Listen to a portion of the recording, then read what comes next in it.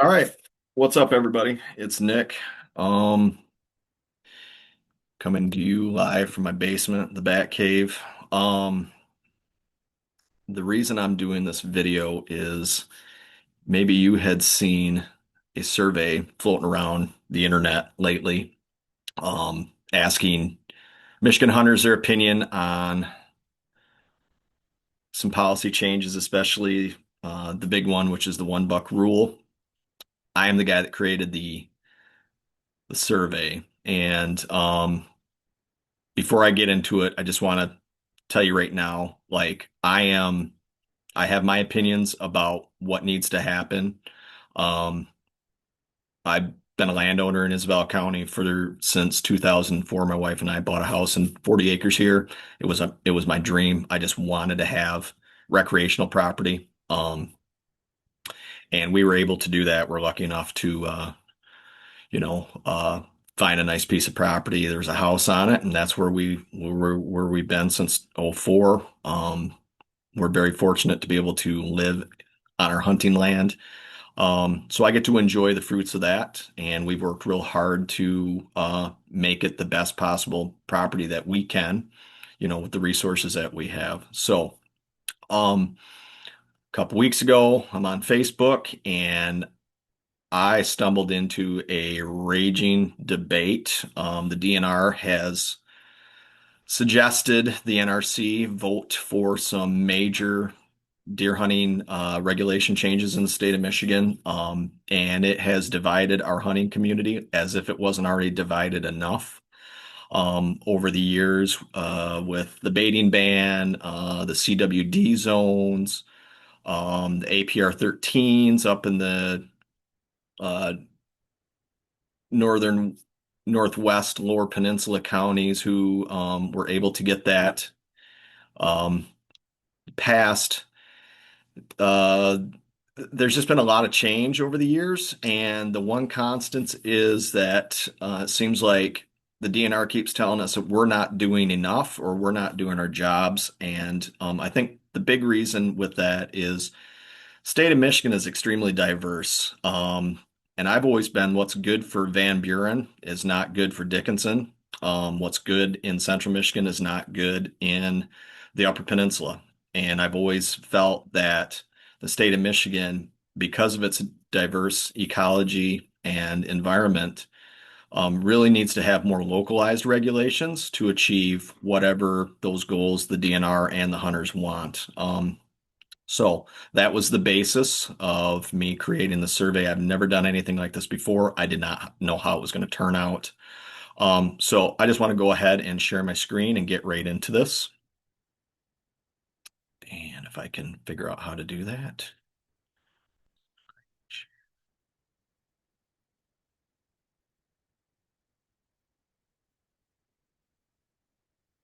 Okay.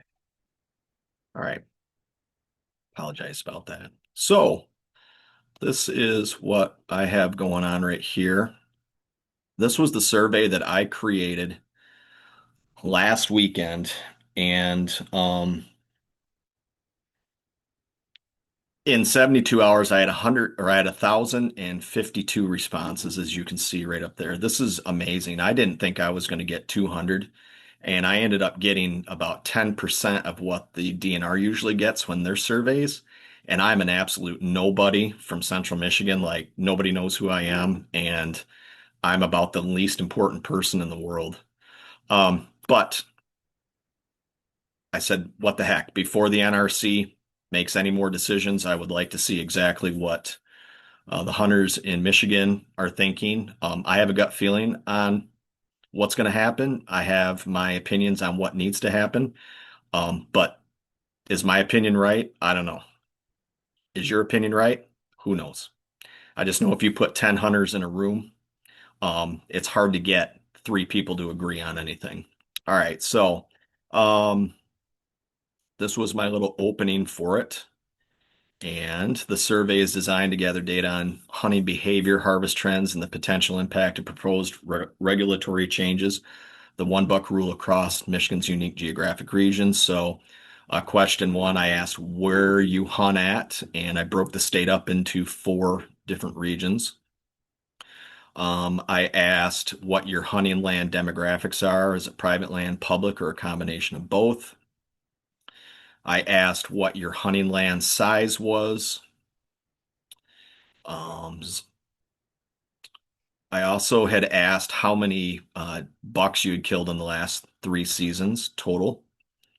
I asked how many antlerless deer, so does and button bucks, and anything that you could consider an antlerless deer in the state of Michigan. I asked how many of those you have killed cumulatively in the last 3 seasons. I asked, do you have a specific meat requirement, or how many deer do you need to shoot every year to feed your household annually? And those were the options down below. I asked if you felt in your hunting area that the deer population was overpopulated. That was a yes or no question. I asked if you intentionally passed smaller or younger bucks to allow them to reach maturity. Those were the two options for that. Yes or no. I shoot the first legal buck I see.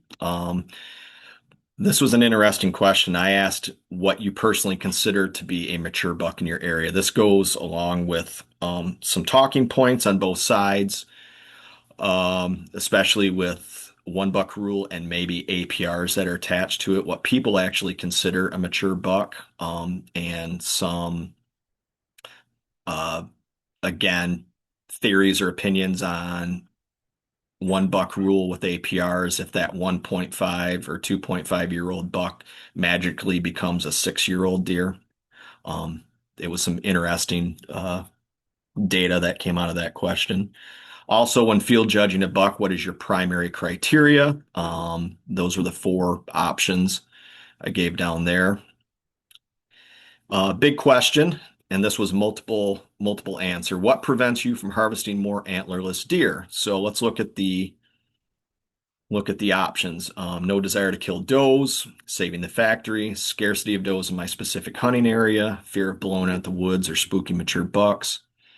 I do not eat much venison, only hunt for antlers, lack of access to land with high doe densities, so on and so forth. And I tried to hit like the big reasons that I thought would be barriers to people maybe filling that one more doe tag or two more doe tags. And I gave you an option of other, and you could write down your opinion or what is going on in your area. And I had some really awesome answers on that and some funny ones too as well. Everybody's opinion matters though. If a one buck rule is passed, will it increase your likelihood of harvesting a doe? So, if OBR is the law, are you going to shoot another doe instead? Will you replace that buck that you're hunting with a doe instead? Had some awesome data on that. If OBR passes and you fill your buck tag early, like bow season, October or November, what is your likely behavior? And the three options were I will stop hunting until the late December seasons. I will continue to hunt immediately for antlerless deer, or I will stop hunting for the remainder of the season. And that was, the answers on that were pretty stark. Do you believe a one buck rule increases the likelihood of tag swapping? So that would be the illegal use of another person's tags, i.e., grandma starts buying the combination license, and so you get to continue hunting for that bonus buck. So poaching, is this going to create more violators? And the answers were staggering. Would you like to see the state broke up into specific DMUs that would apply regulations specific for that DMU, which is a deer management unit? For example, OBR earn a buck in high density antlerless areas only, or no antler harvest for a period to coerce hunters to thin the doe population. Had some awesome answers on that. And then the last question was, do you trust the DNR harvest data? Do you trust that the DNR harvest data is accurate? Okay, let me see what I can do here. So, again, I'm going to roll up here and show you what I had gotten.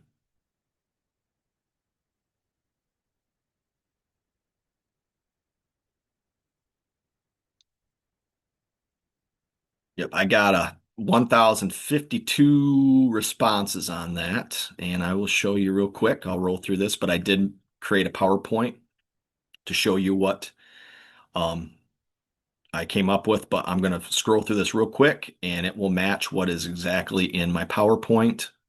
Um, but I want to be transparent on what I was putting in my PowerPoint and not like this question in particular. In your specific hunting area, do you feel the deer population is overpopulated? Almost 66% said no.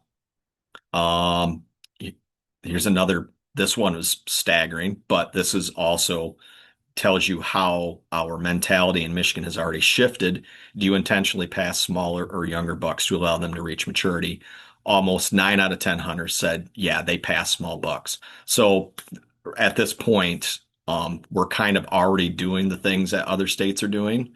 Um, and that was awesome data. Um, there were some really, really cool things that I gleaned out of this. And there were some stark realities that are coming down the pike that I think the DNR and the NRC and hunters all have to face. Um, Almost 7 out of 10 hunters do not trust the DNR harvest data. That was crazy. All right, so let me go to the spreadsheet. So I was able to take the spreadsheet or take the data and it exports it to a spreadsheet. Google does a really good job with that. Every answer in here was time stamped, as you can see. Like this wasn't created with bots or anything like this. This was submitted to the public, and I have a ton of data in here. And I go all the way down to it's 1,052, but because it started on row two, it says 1,053. Um, but there is just a ton of data in here. And guess what? You guys will all have access to this. You guys will be able to, you won't be able to change the data, but you'll be able to read it as it is. And I did email all of this to the Natural Resource Commission. I emailed it to Chad Stewart, the chief wildlife biologist at the DNR, and I did email it to um, the DNR Wildlife Commission. All right. Now let's look at the slideshow and what I came up with as it's loading. Okay, so this is the 2026 Michigan Hunter Behavior and Policy Survey. Right, move my little thing down here so I can read. Okay, this survey was designed to gather data on hunter behavior, harvest trends, and the potential impact of proposed regulatory changes, one buck rule across Michigan's unique geographic regions. Survey was created on April 12th and distributed to various Michigan deer hunting, QDM, outdoor social media personalities, and others. It was posted to my personal Facebook page as well. Over 1,050 respondents participated in a 72-hour period. I cannot thank every single one of you enough for participating in this. It was anonymous, so there isn't any repercussions that are coming down the pike to you. It was completely anonymous. The only person I think that would face any type of backlash is me because of what this data represents and how I interpreted it. So the organizations I contacted who did not respond were MI Buckpole, Michigan Outdoors, the MUCC, and Mid-Michigan Outdoors. Again, I'm not putting these organizations on blast. These are big organizations in the state of Michigan. Whether they chose not to share it, whether they didn't for whatever reason, my request to share was not seen by anybody at the organization, or they just want to remain neutral. Whatever it is, there was no harm, no foul. I'm just telling you that I reached out to them and they did not respond. Okay. The organizations contacted who did respond and share were the Michigan Outdoor Obsession, Mid-Michigan Branch National Deer Association share, and they said they shared their followers and also to 6 Gladwin area hunting Facebook pages, 5 local deer co-ops, and Gladwin County Hunters Group. That was unbelievable. They personally let me know what they had done. One buck tag for Michigan. I think it was very important that that group um, was involved. And Michigan Deer Hunters um, is absolutely huge. They have a huge following on Facebook, and they shared it right off the bat. As you know, Mike Avery has been in the outdoor industry for 4 decades. I think he started in the early 80s at WNEM TV5. He is an unbelievable person. He is an unbelievable advocate for hunters and fishermen in the state of Michigan. He personally reached out to me and said that he was not going to share it, and simply due to the fact that he is tired of dealing with the infighting that happens on his social media pages. I know this because I follow him and I read it. Um, and honestly, I would probably get tired of it too. And you see it in all of the social media pages, all the Facebook pages. It doesn't matter who it is, MI Buck Poll or the Michigan DNR. I've participated in the banner back and forth. I want to say that I've done it in a more constructive way. But there are some people out there who can get really nasty. The keyboard warriors, and Mike is very, very tired of doing that. Now, he said he was going to take the survey himself, but I think it says a lot about who he is to personally reach out to me and at least give me a reason why. And that's why we love Mike. Mike is a um, he's a titan in the outdoor industry in Michigan.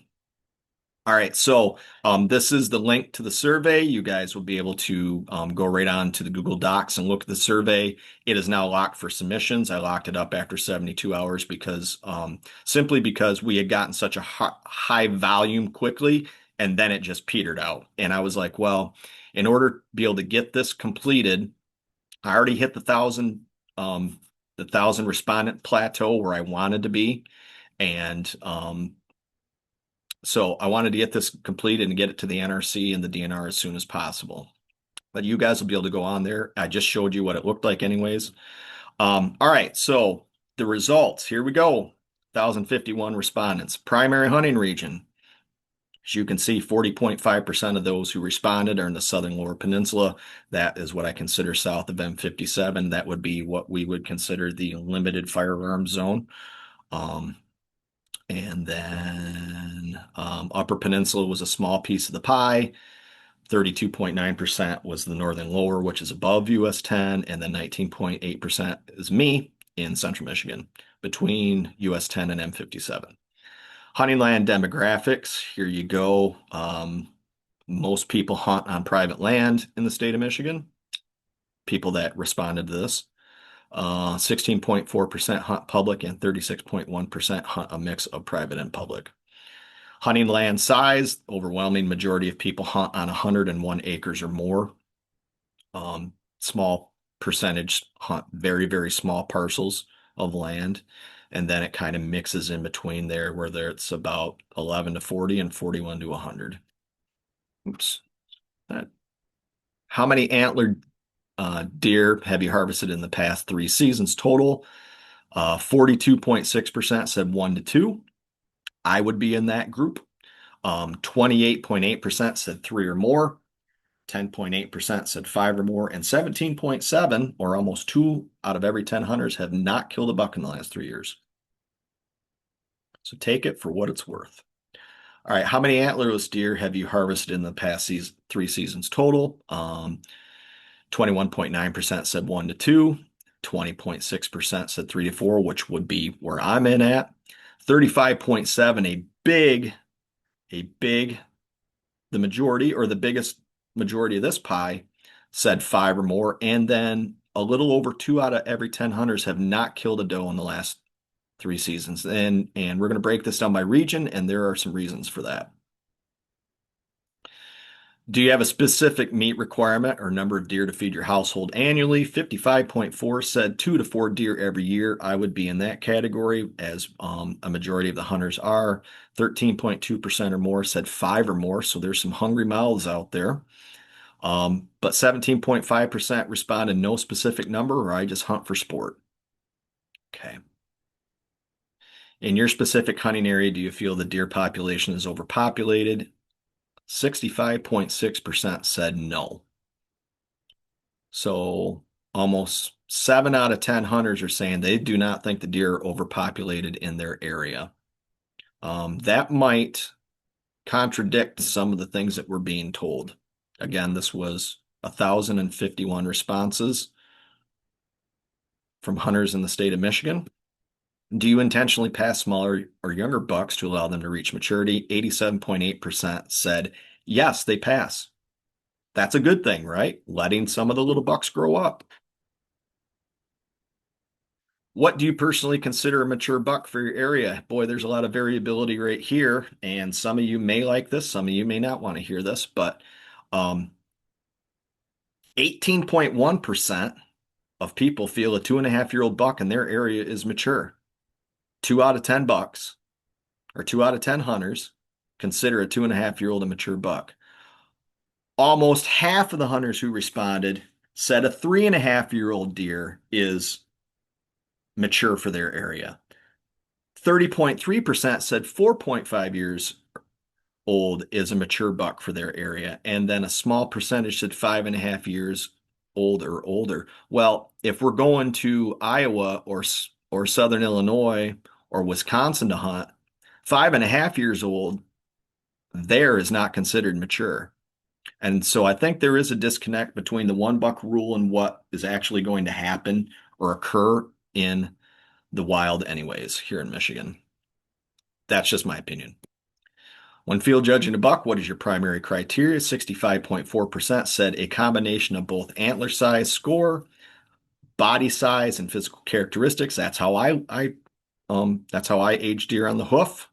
19.5% said body size, physical characteristics only. 7.4% said antler size or score only, and then 7.7% said other. And there would be other, ways that you would identify a deer to be a mature buck or not.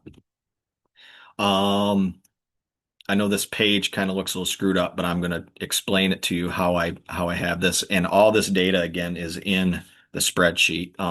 But the number one reason people responded that said that why they don't shoot more deer or more does is because the does are scarce in their area. There's a lot of things in here that we're going to talk about in a little bit that I, I don't know how you want to interpret it, but looking at because all this data will be broke up into regions because when you responded, that was time stamped and it was also done by region. So we can drill down into this data really, really deep, and it is very, very interesting. All right. If a 1 buck rule is passed, will it increase your likelihood of harvesting a doe? Over half of the respondents said no. They will not. If they lose that buck tag, that's not going to drive them to shoot a doe. If OBR passes and you fill your buck tag early, October, November, what is your likely behavior? 6 out of 10 hunters said they would immediately continue in that tree stand hunting for deer or for a doe. 9.1 said they would stop hunting until the late season, and then 31.6% said they would stop hunting for the rest of the year. Interesting. Do you believe a 1 buck rule increases the likelihood of tag swapping, the illegal use of another person's tags to stay in the woods? I think we covered it. Over 60% said they believe that would drive some violators to do the naughty things that we don't want them to do by using other people's tags. Would you like to see the state broke up into specific DMUs that would apply regulations specific for that DMU? We kind of went over that. 44.4% said yeah. 12.9% said no. 34.3% said that there are too many regulations for hunters to deal with. And there are a lot of regulations. I think one thing the DNR could do is simplify some things. But, to each his own. And 8.4% said no opinion, but a majority of people said, yeah, they would like to see the state broke up into specific DMUs for more surgical regulations. And do you trust the DNR harvest data? Covered that already. 67.9% said absolutely not. All right, so let's look at what the data is saying. I'm going to go through some general metadata, and then we're going to look at per region. All right, hunting behavior after filling a buck tag, 59.2% said that they were going to stay in the tree. 31.5 said they're done hunting, so they're going to shoot their one buck and they're going to be done. And 9.2 said that they'll come back out in December for late doe and fill their doe tags then. Roughly 40% of hunters say they will either stop hunting entirely or wait until the late December seasons if they fill their buck tag early. By limiting hunters to one buck, we're effectively removing nearly 40% of our management force from the woods. During the peak of the season, we're not increasing doe harvest, we're just increasing empty tree stands. That's what I gleaned from that information. Percentage of hunters stating OBR will not increase doe harvest. The majority of hunters said it's not going to increase, and the 61.4% in the UP said that, but 51.3% in the southern lower peninsula also said that, and that is where we're being told that the deer are overpopulated at. But you can see the northern lower, central lower, and southern lower are kind of all in that same, 51 to 54% range. Even in the high density SLP, more than half of the hunters say OBR won't change their doe harvesting behavior. Um, in the northern lower peninsula and UP, where deer sightings are less frequent, we call that the normalcy of zeros. Hunters are even more convinced that a buck restriction will not coerce them into shooting more does. The DNR's primary justification for OBR is to force antlerless management. Our data shows that for over half of the hunters in Michigan, and specifically 61% in the UP, this policy will not work. You cannot force a management outcome that the majority of practitioners tell you they will not participate in. All right, so I spoke earlier about the reasons why people are not shooting more does, and the number one reason is the scarcity of does in their specific hunting area. 268 that responded, they said that there isn't any does.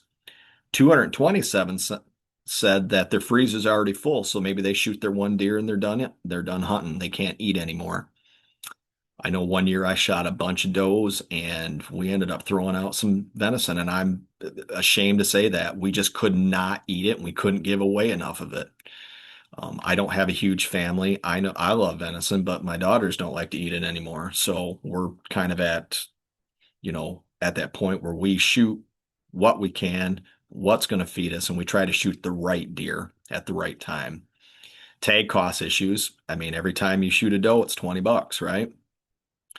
Lack of access to land with high doe densities. This would be probably a lot of your public land hunters, or people that are hunting small acreage plots next to agricultural land, and they just do not have permission to go kill does on those pieces of land. And the processing costs are too high. I cannot believe how much it costs to cut up a deer nowadays. I've cut up deer since I was a little kid. We have a nice big 3/4 horse LEM grinder. You can go on my YouTube page, and we did a short video of my wife and I how we make our venison burger with our mix. We always cut up deer. If I kill 5 deer, we're cutting up 5 deer. If I kill one deer, we're cutting up one deer. And we save a lot of money doing that, but I know not everybody does it. And I just cannot believe how expensive it is to cut up a deer nowadays. So this kind of goes over it. The key points, you know, it there's a direct contradiction from the DNR's narrative. 27% of the survey participants that does are simply not there to shoot. Um, the freezer is full. It's a biological success that the DNR treats as a failure. Once a family has their 3 or 4 deer, they stop hunting. If the state wants more does dead, they need to help with the surplus, not just tell people to shoot more does. Tag processing costs. If you combine tag costs and processing costs, you have a massive financial barrier. Shooting a doe costs a hunter roughly $170 now, tag plus processing. I am sure that you can probably find someone to do it for $100 or maybe even less. But the places I'm hearing out, anywhere for $125 up to $150. And if you're going to have summer sausage made and things like that, it's over $200. And that is just crazy. It is crazy how much this stuff costs nowadays. And lack of access, that kind of highlights the private and public divide. So the result of that is the NRC will be asking hunters to spend hundreds of extra dollars and hours of labor to solve a state management problem. If you want more does harvested, you have to lower the cost of participation, not add more buck restrictions. Now we're going to talk about who is saying what and where. So we're looking at this regionally. Again, this is the timestamp spreadsheet. I had already went through that with you guys. Trust in the DNR harvest data by region. The UP does not trust the DNR at all. I would say that's probably safe to say, but if you look at everyone else, northern lower, central lower, and southern lower, they're all kind of in that same area. Black is the UP, red is the northern lower, blue is the central lower, and green is the southern lower peninsula, and the key is up in the right hand side of the chart. Support for DMU specific regulations by region, overwhelmingly the UP, and the second highest is the Southern Lower Peninsula. And that may be the two things, the two political footballs that are being kicked around, right? We're being told that there's so many deer in the Southern Lower Peninsula, and we're also being told there's no deer in the UP. So of course, those are going to be the two regions that I think we need to really focus our regulations on, not so much the northern lower peninsula and the central lower peninsula. Does OBR increase tag swapping by region? I think everybody kind of agrees, a majority, that it likely could lead to more violations. Here's your behavior after filling a buck tag. Um, Southern Lower Peninsula hunters, over 60% said they will continue to hunt immediately for antlerless deer. That could be something, a trend, because they do have a lot of deer there, or perceived to have a lot of deer there. Central Lower and Northern Lower Peninsula hunters that responded, the majority of them said, yeah, they're going to continue. But if you look at those that said that they will stop hunting for the remainder of the year, the UP overwhelmingly, those hunters are going to shoot their buck and they're done. Um, but I think we need to look at this right here. This kind of follows a pattern or a trend that hunters may just want to only kill a deer, and that's it. One deer, whether it's a buck or a doe, maybe. I don't know. It seems like we're killing more does than bucks according to the data that that I'm presenting to you today from the survey.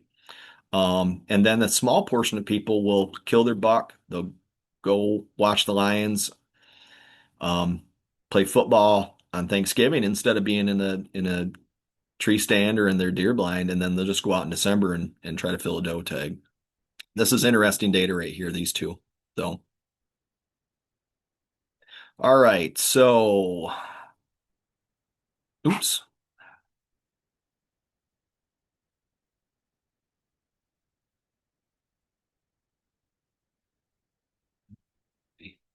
My little screen thing. There we go. Will OBR increase doe harvest? Overwhelmingly, the majority of hunters said no. Central lower and southern lower peninsula hunters, over 50% said that is not going to increase the doe harvest or drive them to shoot another doe. Um, Small percentage down here said that they are undecided, and then it looks like the central lower and southern lower, and I guess the northern lower, you could say are, 4 out of 10 hunters there are going to feel like, in their opinion, that it's going to drive doe harvest. So now you got a 60% to 40% ratio right there. Field judging criteria. I mean, overwhelmingly, most people use a combination of both antler size and body characteristics to field judge their buck. Definition of a mature buck in their region. This is your classic bell curve right here. 3.5 is overwhelmingly the answer to everybody. I don't know if that fits into the quality deer management goals of 4.5 or 5.5 or 6.5 or whatever it is.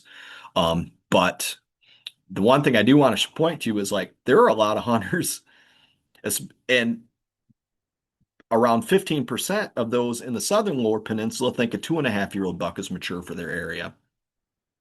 That's crazy. And the lowest percentage of everybody is 5.5 years or older. So I think that also tells you that maybe the people who are pushing for $1 only with APRs is a very, very small percentage of the people in the state who, you know, they can hunt however they want on their property. And if they're shooting 7.5-year-old bucks, absolutely, I will celebrate that with them. But if you shoot a nice 3.5-year-old buck, I'm going to celebrate that with you too as well, because I know how hard hunting is. And and hunting should be hard. It shouldn't be walk out to the deer blind and you shoot a Boone and Crockett 12 point. But I kind of think some of that is being sold in with the $1 only stuff. Do you pass small bucks by region? Everybody's already doing it. Everybody is doing it. I think I read that in the last 3 years, over 1,000 new entries were put into commemorative bucks of Michigan. So yeah, maybe we are living OBR, or maybe we're living in some sort of pseudo Iowa, Southern Illinois realm right now where we are letting bucks walk a little bit. We do, my neighbors do, and we shoot some does. Is your area overpopulated by region? Overwhelmingly, the UP said no. Northern Lower Peninsula also said no, over 80%. Central Lower Peninsula over 60%, and right around 50% for both sides of the Southern Lower Peninsula. They're kind of split. So they think they're overpopulated. Um, that also is still kind of leading us towards those more surgical regulations for each region that need to be explored. Annual meat requirement by region. Overwhelmingly, most people shoot 2 to 4 deer a year, and that would meet their freezer capacity and their protein consumption for venison.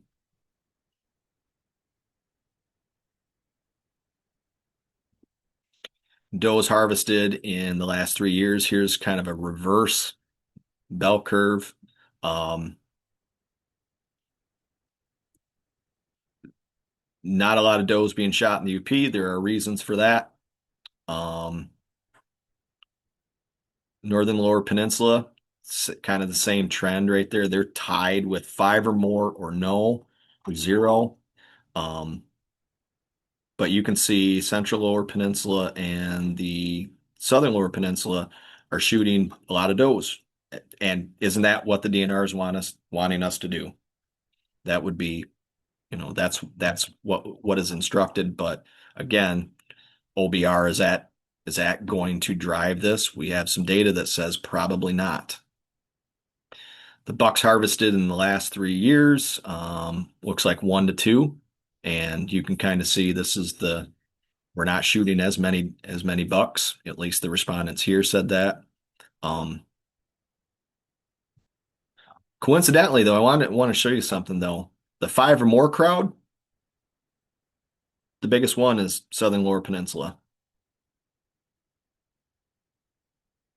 and for the guys up in the UP that shot 5 or more, holy smokes! All right. Hunting land size by region. Looks like we're all big land hunters here by the majority, and that could be also a mix of public and private. Hunting land demographics, a lot of private land and a combination of both, just not a ton of public land hunters here. Even though we have an overabundance of public land, we may not have an abundance of deer on the public land. So what does all this say? The lack of trust in DNR data is not just a northern issue. While it is highest in the UP and northern lower peninsula, even in the southern lower peninsula where DNR focuses most of its efforts, 61% of hunters do not trust the harvest numbers. This proves that the DNR has a PR and data integrity problem across the entire state, making any new mandate like OBR naturally met with suspicion. The overpopulation myth versus reality. 42% of hunters in the southern lower peninsula feel their area is overpopulated. Only 9% to 15% in the UP and northern lower peninsula feel their area is overpopulated. A one buck rule designed to reduce the herd makes no sense in the North and the UP, where hunters are already reporting a lack of deer. The chart for overpopulation shows this massive divide perfectly. The normalcy of zeros. In the UP, nearly 30% of hunters have harvested 0 bucks in the last 3 seasons. Compare that to the southern lower peninsula, where that number drops to under 10%. When success is this rare in the north, the 1 buck rule feels like a punishment for a once in a 3-year event. Participation risk by region. If OBR passes, the risk of hunters leaving the woods is highest in the central lower and northern lower peninsulas. In the behavior chart, you can see that across all regions, about 40% of hunters will stop or pause their season if they tag a buck. This means the DNR is losing its management force exactly where they need it most. Barriers to doe harvest. In the UP and northern lower peninsula, the number one barrier is scarcity of does. In the southern lower peninsula, the number one barrier is the freezer is full and processing costs. OBR doesn't fix a full freezer or high cost. It targets a problem that doesn't exist for most hunters. So, the DNR's hypothesis versus the hunter's reality. The department's proposal for a statewide 1 buck rule is built on a simple biological hypothesis. If we limit bucks, hunters will shoot more does, but management is not just a biological science. I have always felt like deer hunting is all about human behavior, and this is exactly what the data is saying. It is a human science. Our survey of over 1,050 Michigan hunters, the very people tasked with executing this management, proves that this hypothesis is fundamentally flawed. Number one, OBR will not drive doe harvest. It will drive hunters home. The data is clear. 40% of hunters across Michigan will stop or significantly reduce their time in the woods once that single buck tag is filled. When you send 40% of your management force to the couch in November, you aren't increasing doe harvest. You are creating empty tree stands. You cannot manage a herd with a workforce that has been regulated out of the woods. The unintended consequence of OBR is a massive loss of very man hours required to hit antlerless quotas in December. Number two, OBR will not improve hunter satisfaction. Hunters like myself, who have spent decades balancing our harvests, like my family's 3-to-2 buck to doe ratio over the last 3 seasons, view OBR not as a management tool, but as a penalty on success. By removing the combo license flexibility, the DNR is effectively telling the most dedicated, successful managers in the state that their opportunity is being rationed to solve a problem that the rule itself doesn't address.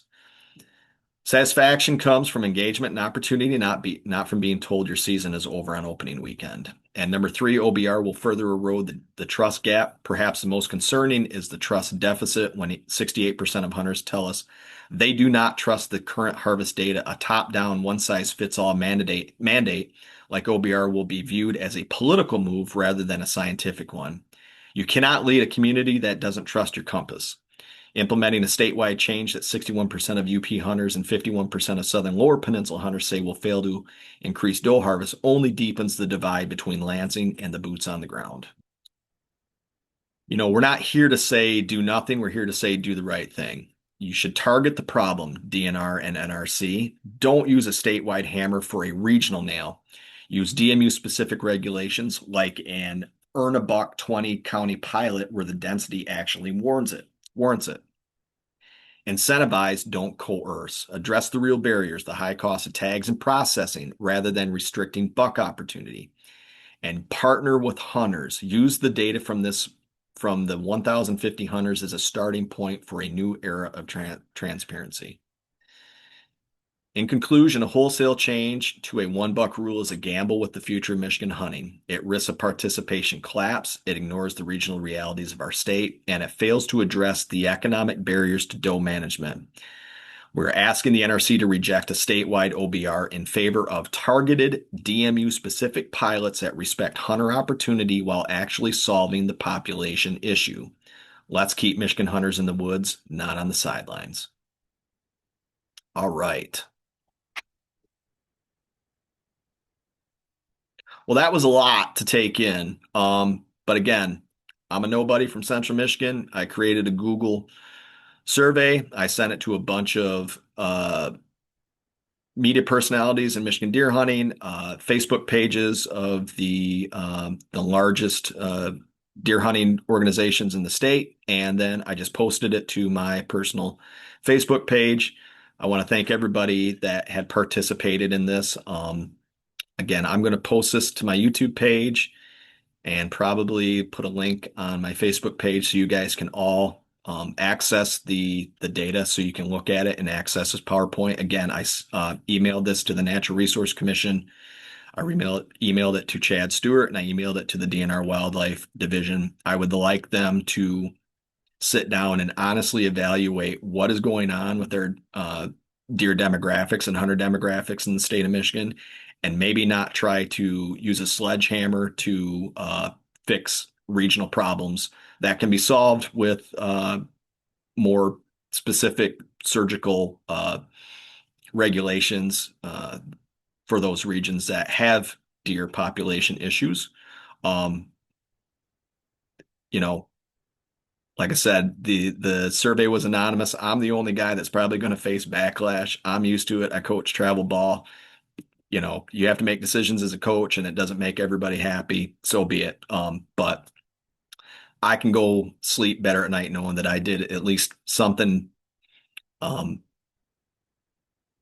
to, I guess, you know, to be part of this process and have my voice be heard and also have some of your guys' voices be heard too. Not everybody could get to that NRC commission meeting and voice their opinion on it. So enjoy. And if you have any feedback, please reach out. Thanks.